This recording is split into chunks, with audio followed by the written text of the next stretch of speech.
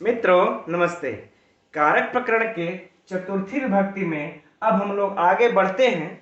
इसका अगला सूत्र है अनुप्रतिगृढ़श्च।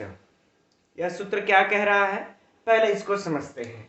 यह कह रहा है कि अनु के साथ यदि गृह धातु हो या फिर प्रति के साथ गृह धातु हो, और यह दोनों किस अर्थ में हो, यह दोनों धातुएं प्रोत्साहित करने के अर्थ में हो, है ना।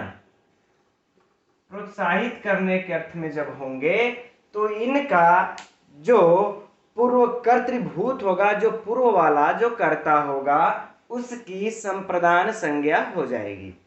तो अब यह संप्रदान संज्ञा कर रहा है मित्रों, तो कैसा सूत्र हुआ, यह अनुप्रतिगृढ़श्च संज्ञा सूत्र। कौन सा संज्ञा कर रहा है, संप्रदान। अब बातें समझ में आ गई, लेकिन संभवतः नहीं आई होंगी। अभी हम उदाहरण से जब इसको हम लोग समझेंगे तब यह समझ में आएगा। इसका उदाहरण है मित्रों, होत्रे अनुगृणाति प्रति गृणाति। अगर हम लोग अभी हिंदी देखते हैं, हिंदी से ही यह समझ में आएगा। होता को प्रोत्साहित करता है, क्या, होता को प्रोत्साहित करता है।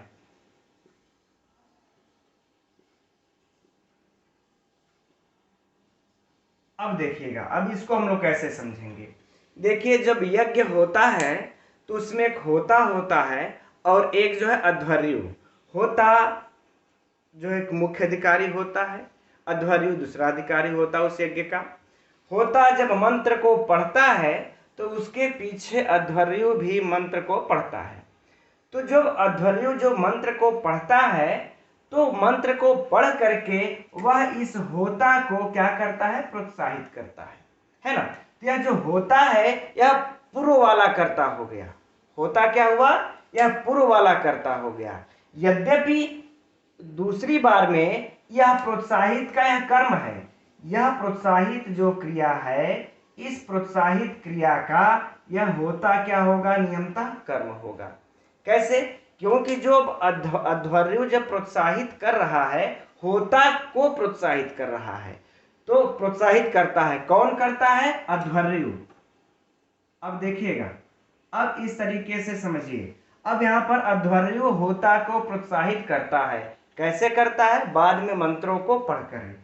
तो अध्वर्यु क्या हो जाएगा, कर्ता, और होता क्या हो जाएगा, कर्म। प्रोत्साहित करना क्या हो जाएगा, यह क्रिया। तो इस क्रिया का यह होता कर्म हुआ, और यह कर्म होता पूर्व वाले क्रिया का करता है।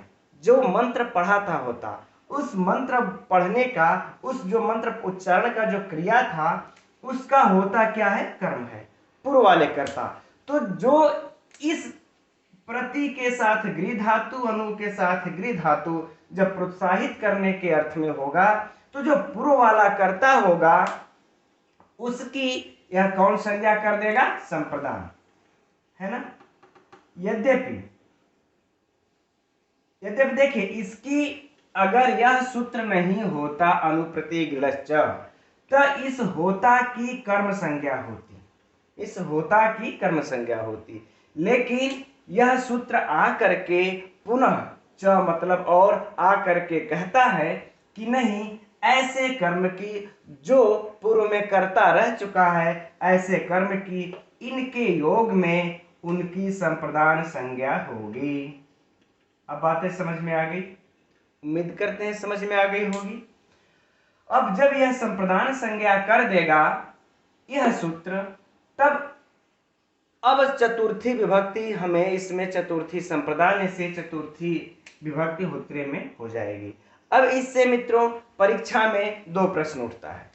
क्या उठता है, पहला कि इसमें होत्रे जो है, यह होता है, यह इसकी किस सूत्र से संप्रदान संज्ञा हुई है, अनुप्रतिगृढ़श्च से इसकी संप्रदान संज्ञा हुई है। ठीक। दूसरा प्रश्न कि इसमें होत्रे में किस सूत्र से चतुर्थी विभक्ति हुई है। तो किस सूत्र से हुई है मित्रों, चतुर्थी संप्रदान से इसमें चतुर्थी विभक्ति हुई है। अब मान लीजिए आगे भी जानकारी के लिए और भी अंदर तक समझने के लिए प्रश्न को क्रिएट करते हैं हम लोग। इसमें इस वाक्य में जो है कर्तृभूत पूर्व वाला, ठीक है, पूर्व व्यापार का जो कर्तृभूत है वह कौन है, होता है। यह अब इस तरह से अगर देखा जाए तो प्रोत्साहित क्रिया का कर्म कौन है, होता है, ठीक। लेकिन किस सूत्र से इसकी संप्रदान संज्ञा हो जाती है, अनुप्रति गृढ़, इस सूत्र से, ठीक है मित्रों। अब आइए हम लोग अगले सूत्र को तरफ बढ़ते हैं, अगला सूत्र देखते हैं।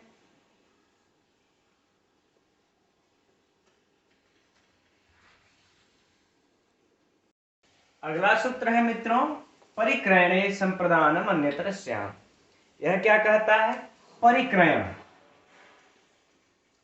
परिक्रयण अर्थात किसी को भी, इसका पहला अर्थ समझते हैं परिक्रयण का, अर्थात किसी को भी एक निश्चित वेतन दे करके, वेतन कुछ पैसे आदि दे करके एक निश्चित समय के लिए रखना परिक्रयण कहलाता है। फिर से समझिए मित्रों, किसी भी व्यक्ति को कुछ धन आदि दे करके एक निश्चित समय के लिए जब हम अपने पास रख लेते हैं तो उसे हम परिक्रयण कहते हैं। तो जब हम जिस साधकतम कारक के द्वारा उसका हम परिक्रयण करते हैं, उसी साधकतम कारक की संप्रदानम अन्यतरस्याम, संप्रदान संज्ञा होगी अन्यतरस्याम मतलब विकल्प से, ठीक है, अन्यतरस्याम अर्थात विकल्प से। संप्रदान संज्ञा तो होगी लेकिन कैसे होगी, विकल्प से। अब पक्ष में क्या हो जाएगी, तो साधकतम, हमने पहले बोला साधकतम कारक जिससे खरीदा जाएगा वह साधकतम होगा, साधकतम कारक के अंतर्गत आएगा, तो उसकी विकल्प से होगी। तो पक्ष में क्या हो जाएगी, तृतीया। आइए इसको अब हम लोग उदाहरण से समझते हैं। उदाहरण है मित्रों, शतेन शताय वा परिकृतः, शतेन शताय वा परिकृतः।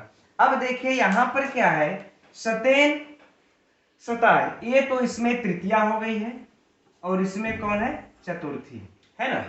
तो यहां पर परिकृत यानी कि 100 रुपए से उसको खरीदता है। कितने रुपए से खरीदता है, 100 रुपए से।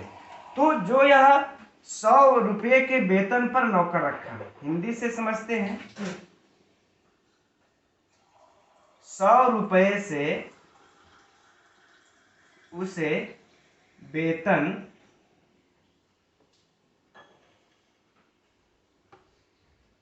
100 रुपये वेतन पर रखा ना, इस तरह से शुद्ध होगा, 100 रुपये वेतन पर रखा, किसी व्यक्ति को 100 रुपये के वेतन पर रखा है, 100 रुपये में हमने उसका परिक्रयण कर लिया है।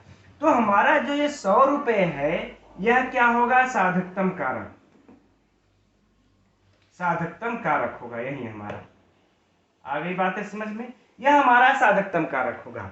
कौन, यह 100 रुपया। जब यह साधकतम कारक होगा और इस 100 रुपये से मैंने इसका परिक्रयण कर लिया है, खरीद लिया है, तो जब हमने परिक्रयण कर लिया है तो जो यह साधकतम कारक होगा इसी की विकल्प से क्या हो जाएगी, संप्रदान संज्ञा।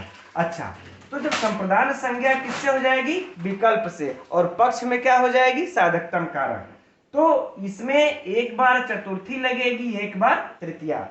तो मित्रों अब इसमें जो चतुर्थी लगी है, इसमें जो चतुर्थी लगी है यह विकल्प से लगी है, और जो तृतीया लगी है यह पक्ष में लगी है ना। अब परीक्षा का प्रश्न यहां से प्रारंभ होता है। पहला, शतेन शताय वा परिकृतः, उदाहरण दे देगा। इसमें शतेन में किस सूत्र से तृतीया विभक्ति हुई है, किस सूत्र से तृतीया विभक्ति हुई है।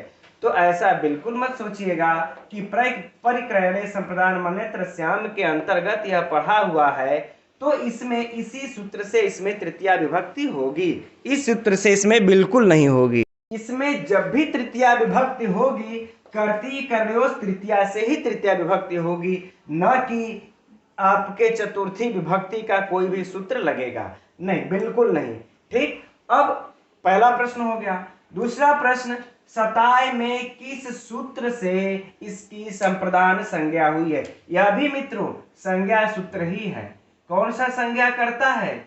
संप्रदान संज्ञा करता है। याद रहे, क्योंकि सूत्रों को भी दे करके कभी कभी परीक्षा में पूछ देता है कि यह कैसा सूत्र है, संज्ञा सूत्र, विधि सूत्र, परिभाषा सूत्र, तो हमें यह भी याद रखना पड़ेगा। ठीक, तो इस सताय में किस सूत्र से संज्ञा सूत्र हुआ है? तो परिक्रयणे संप्रदान मन्यत्रस्याम सूत्र से इसकी संप्रदान संज्ञा हुई है। किसकी? सताय की जो संज्ञा हुई है, संप्रदान संज्ञा, वह किस सूत्र से हुई है? इसी परिक्रयणे संप्रदान मन्यत्रस्याम सूत्र से। ठीक, अब इसमें जो चतुर्थी विभक्ति हुई है, यह चतुर्थी विभक्ति किस सूत्र से जो हुई है? विकल्प से। यह किस सूत्र से होगी? चतुर्थी संप्रदाने से।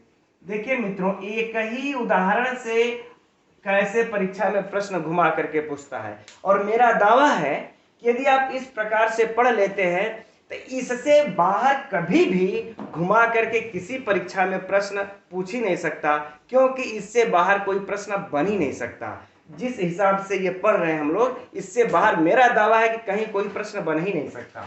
अब देखिए, सताय में चतुर्थी संप्रदान से चतुर्थी विभक्ति होती है, संप्रदान संज्ञा इसकी जो होती है यह परिक्रयणे संप्रदान मन्यत्रस्याम से होती है। दो प्रश्न हो गया। अब इसमें आता है एक बात कि इसमें विकल्प से कौन सी विभक्ति होती है, ऐसे पूछेगा। परिकृतः, परिक्रयण के योग में जो प्रश्न बनेगा इस तरह समझिए, परिक्रयण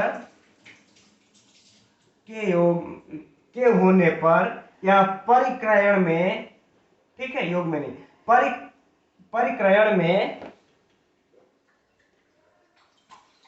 परिक्रयण के होने पर विकल्प से कौन विभक्ति होती है? कौन विभक्ति होती है? अब यहां पर हम लोग कंफ्यूजन कर देते हैं। यह प्रश्न हो गया, परिक्रयण के होने पर विकल्प से कौन विभक्ति होती है, हम लोग कंफ्यूजन कर जाते हैं। या अब ये तो याद रह गया तृतीया है चतुर्थी है, लेकिन यह भूल जाते हैं कि इसमें विकल्प से कौन है और पक्ष से कौन है। ऑप्शन में आपको तृतीया भी रहेगा, चतुर्थी भी रहेगा, अब मान लेते हैं एक पंचमी हो जाएगा, एक जो है कि द्वितीया आदि कोई भी हो जाएगा। ठीक, यह हमारा 4 विकल्प हो गया। अब यहां पर अब कंफ्यूजन पैदा हो जाता है, तो हम इसको दूर कैसे करेंगे? जब भी देखिए यहां पर लिखा हुआ संप्रदान मन्यत्रस्याम, अर्थात जो संप्रदान संज्ञा होगी अन्यत्रस्याम विकल्प से होगी। जब विकल्प से होगी तो इसका सही उत्तर होगा यह चतुर्थी विभक्ति। विकल्प से कौन होगी? चतुर्थी विभक्ति। और पक्ष में कौन होगी? तृतीया विभक्ति। यह हमें बिल्कुल नहीं भूलना है मित्रों। ठीक, अब मैं उम्मीद करता हूं कि इससे बाहर, और यह संज्ञा सूत्र है, इससे बाहर आप लोगों को प्रश्न पूछ ही नहीं सकता। इसको भी ध्यान रखेंगे, शतेन में जो तृतीया विभक्ति हुई है यह किस सूत्र से हुई है? कर्तरी कर्णयों तृतीया सूत्र से हुई है, यह भी हम याद रखेंगे। अब इससे बाहर आप लोगों को कोई भी इस तरीके से प्रश्न नहीं बनता है जो कि परीक्षा में आए। ठीक है मित्रों, अब इसी के अंतर्गत एक वार्तिक है, उस वार्तिक को देखते हैं।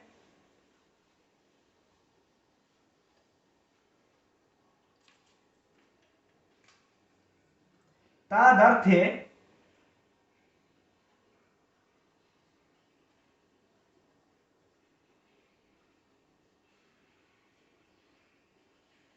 चतुर्थी वाच्य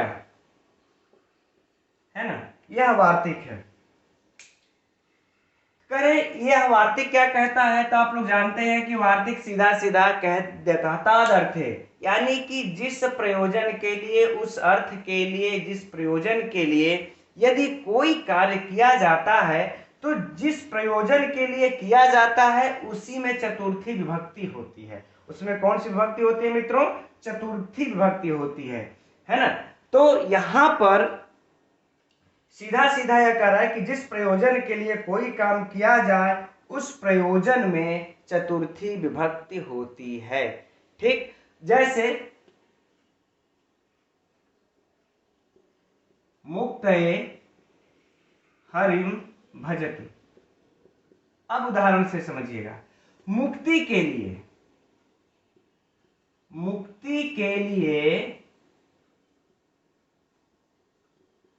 हरि को भजता है।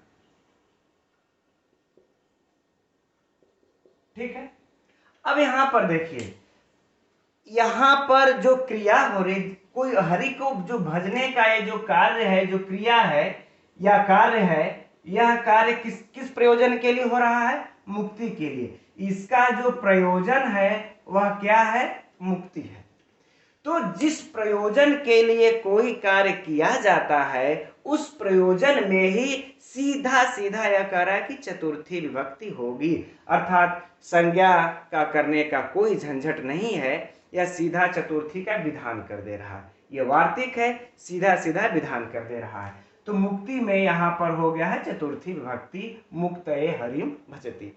अब इसमें कैसे प्रश्न पूछेगा? पहला तो प्रश्न ही बनता है, प्रयोजन में कौन सी विभक्ति होती है? यह प्रश्न परीक्षा में पूछ भी चुका है, टीजीटी इत्यादि में भी। तो प्रयोजन के अर्थ में या प्रयोजन में कौन सी विभक्ति होती है? चतुर्थी। कौन सी होती है? चतुर्थी विभक्ति होती है। राइट। दूसरा प्रश्न, मुक्तये में किस सूत्र या वार्तिक से चतुर्थी विभक्ति हुई है? इसमें जो चतुर्थी आप लोगों को नजर आ रही है किस सूत्र से हुई है?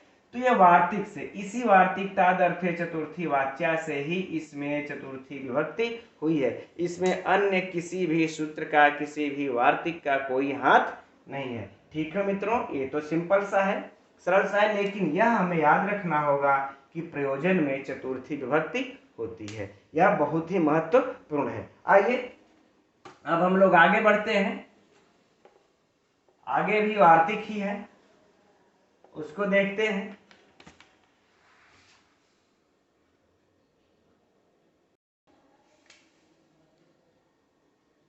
वार्तिक है अगला मित्रों, क्लिपि।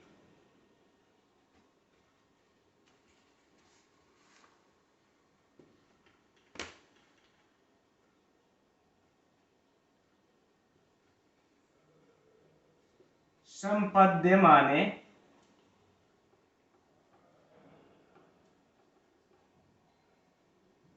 च। अगला वार्तिक है, यह क्या कह रहा है? क्लिपि संपद्यमाने च। क्लिप, इसका पहले हम लोग अर्थ जान लेते हैं। क्लिप, इसका अर्थ क्या होगा? उत्पन्न होने, उत्पन्न होने के अर्थ में, उत्पन्न होना, पैदा होना, परिणत। ठीक, अब ठीक है ना, जो उत्पन्न होना। अब इसका संपद्यमान, इसका भी अर्थ क्या होता है? अब इसके भी अर्थ को जान लिया जाए। संपद्यमान अर्थात जो उत्पन्न या परिणत होता है, जो उत्पन्न होता है ना। इस तरह से समझेंगे मित्रों, अच्छे से समझ में आएगी। या जो परिणत होता है, जो परिणत होता है। अब बातें समझ में आ गई। तो कह रहे हैं कि क्लिपि, क्लिपि अर्थात जो उत्पन्न होने के अर्थ में जब क्लिपि धातु का प्रयोग होगा और या इसके समान कोई और भी धातुएं हों। अब उत्पन्न होने में संपद्यते, जायते, कल्पते, जितनी भी इसके अर्थ में अन्य धातुएं होंगी, उनके आने पर जो संपद्यमान अर्थात जो उत्पन्न होता है या जो उत्पन्न होगा, जो परिणत होगा, उसमें चतुर्थी विभक्ति होगी। अब कैसे? उदाहरण में स्पष्ट हो जाएगा आप लोगों को। देखिए, भक्ति ज्ञानाय कल्पते, है ना। कल्पते या संपद्यते या फिर जायते, वाह, है ना। या जायते वाह। क्या होती है? भक्ति से ज्ञान उत्पन्न होता है। देखिए भक्ति से, अब मैं हिंदी लिख करके समझा देता हूं इसको। भक्ति से क्या उत्पन्न हो रहा है? ज्ञान। या भक्ति ज्ञान के लिए होती है, या भक्ति से ज्ञान उत्पन्न होता है, या भक्ति ज्ञान के लिए होती। इस तरीके से अगर हम लोग लिखेंगे तो बेहतर रहेगा। भक्ति ज्ञान के लिए होती है, भक्ति ज्ञान के लिए होती है। अब यहां पर देखिए, ये ज्ञान और ये जो कल्पते हैं, यह हमारा क्या है? उत्पन्न होना के अर्थ में कल्पते, संपद्यते और जायते प्रयुक्त हुआ है। क्या? भक्ति से। लेकिन जो इससे जो उत्पन्न हो रहा है, जो उत्पन्न होता है, जो प्रगट होता है, वह क्या है? ज्ञान। भाई हमने भक्ति किया, इस भक्ति से हमको जो उत्पन्न हुआ वह क्या है? ज्ञान। यही उत्पन्न हो रहा है ना। भक्ति हम करते हैं, किस लिए करते हैं? ज्ञान के लिए करते हैं, ताकि हम भक्ति हम करेंगे तो हमें ज्ञान उत्पन्न होगा। तो ये जो उत्पन्न होना के अर्थ में कल्पते, संपद्यते, जायते है ना, क्लिपि, इन अर्थों का प्रयोग हुआ, इस धातुओं का प्रयोग हुआ। अब इन धातुओं के प्रयोग होने पर उत्पन्न क्या हुआ? परिणत क्या हुआ? तो कह रहे हैं कि ज्ञान उत्पन्न हुआ और ज्ञान ही परिणत हुआ। तो जो उत्पन्न होगा या जो परिणत होगा उसी में हमारी चतुर्थी विभक्ति हो जाएगी सीधा सीधा। तो ज्ञानाय में चतुर्थी विभक्ति हो गई। किस सूत्र से? क्लिपि संपद्य मानेच से। इसमें किसी भी सूत्र से ना ही संज्ञा करना है, ना ही कुछ करना है। अब परीक्षा में जो प्रश्न पूछेगा वह ऐसे होगा कि ज्ञानाय में किस सूत्र से चतुर्थी विभक्ति हुई है? तो सीधा सीधा क्लिपि संपद्य मानेच, इस वार्तिक से इसमें चतुर्थी विभक्ति हुई है। दूसरा, कल्पते, संपद्यते, जायते, कुछ भी कह सकता है, या क्लिप धातु के योग में कौन सी विभक्ति होती है, इसके आने पर कौन सी विभक्ति होगी? तो सीधे कहिए कि चतुर्थी। कौन सी होगी? या कल्पते, संपद्यते, जायते इत्यादि के लगने पर इनके अर्थ में कौन सी धातु होगी? तो चतुर्थी। ठीक है मित्रों, अब आइए अब अगला वार्तिक देखते हैं। अगला वार्तिक है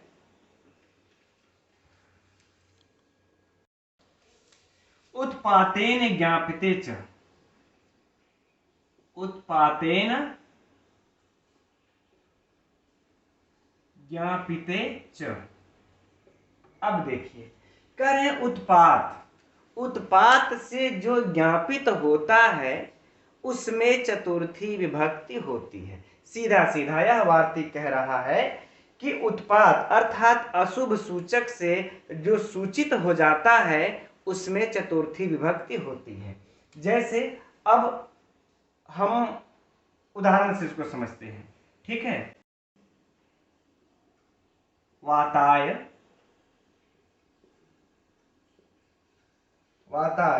कपिला विद्युत। वाताय कपिला विद्युत। अब यहां पर है, देखिए जो इसका हिंदी होगा इसका हिंदी यह होगा कि भूरे रंग की बिजली आधी, वात अर्थात आंधी है ना, आंधी अर्थात इसी को हम क्या कहते हैं? वात की सूचक होती है।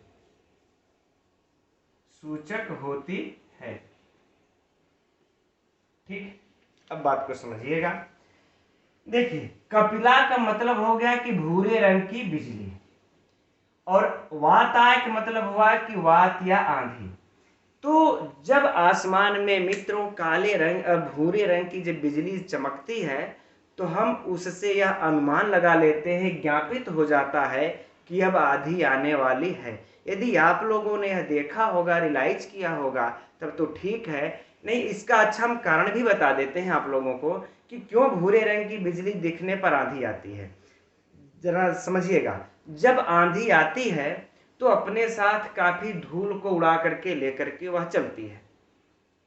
तो हमारे पास अभी आधी आई नहीं रहती है, वह मान लेते हैं आधी एक आध किलोमीटर दूर हो, 500 मीटर दूर हो, चाहे एक आध किलोमीटर दूर हो, तो वहां पर आंधी अब हमारी तरफ बढ़ रही है। तो वहां पर आंधी से धूल भर गया है खूब आसमान में। जब धूल भरा हुआ है तो उस समय जो बिजली चमकेगी वह हमें दूर से कैसी दिखाई देगी? भूरा दिखाई देगी। तो जब वो भूरा दिखाई देती है तो जो अब ये सब घटनाएं तो पहले होती थी, तो क्या करते थे लोग? अनुमान लगा लेते थे कि यार भूरे रंग की बिजली चमक रही है, अब आंधी आएगी। और आती भी थी, क्योंकि वह आंधी हमारे तरफ बढ़ रही है, क्योंकि वह आंधी हमारे तरफ बढ़ रही है। तो 5 मिनट 10 मिनट जितना भी लगे, 15 मिनट में वह आंधी जरूर आ जाती थी। तो यही कह रहे हैं कि भूरे रंग की बिजली आंधी की सूचक होती है। तो इसमें देखिए जो उत्पात है कौन है? जो उत्पात हुआ यह हुआ कपिला।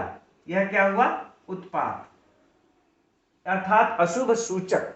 उत्पात अर्थात अशुभ सूचक है ना, अर्थात अशुभ सूचक। जब भूरे रंग की बिजली, कपिला का मतलब ही होता है भूरे रंग की बिजली, तो जब भूरे रंग की बिजली चमकती है तो यह समझिए कि उत्पात अर्थात अशुभ सूचक है। अब यह उत्पात हुआ, इस उत्पात से हमें ज्ञापित क्या होता है? वात। तो यह क्या हो गया? ज्ञापित। अब बात को समझिएगा, यह क्या हो गया? ज्ञापित। तो इस उत्पात अशुभ सूचक से ज्ञापित क्या हुआ? वात अर्थात आंधी। तो इस यही करें उत्पातेन ज्ञापिते च, तो उत्पात से जो ज्ञापित होगा उसी में चतुर्थी विभक्ति हो जाएगी। तो इस कपिला जो भूरे रंग की बिजली है, यह उत्पात हुआ या ज्ञापित हुआ, इस ज्ञापित में कौन सी विभक्ति हो जाएगी? अब चतुर्थी। अब बातें समझ में आ गई होंगी मित्रों, बिल्कुल सीधा सा है, सरल सा है, चतुर्थी विभक्ति हो गई।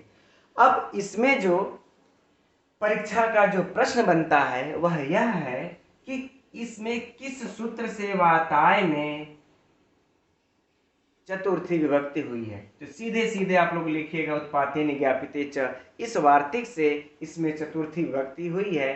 किसी से संज्ञा करने का कोई भी झंझट इसमें नहीं है। अब आइए अगला वार्तिक देखते हैं। हित योगे च, हित योगे च।